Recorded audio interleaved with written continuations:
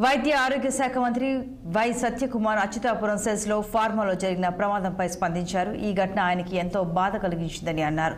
దాదాపు 18 మంది ప్రాణాలు కోల్పోయారని, అనేక మంది క్షతగాత్రులు అయ్యారని అన్నారు.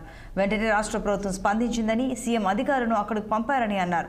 సంబంధిత అధికారులు అక్కడ సహాయక చర్యలు చేపట్టారని, 35 మంది వివిధ ఆసుపత్రుల్లో చికిత్స పొందుతున్నారని, ఇటువంటి సంఘటన పునరావృతం కాకుండా జాగ్రత్తలు తీసుకోవాలని అన్నారు.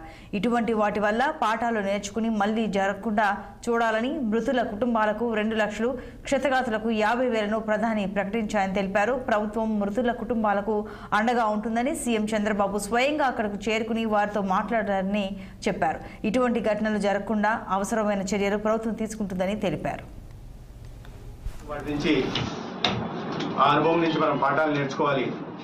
ప్రాణం విలువైంది. ఇటువంటి సంఘటనల వల్ల ప్రాణాలు పోవడం ఆ కుటుంబానికి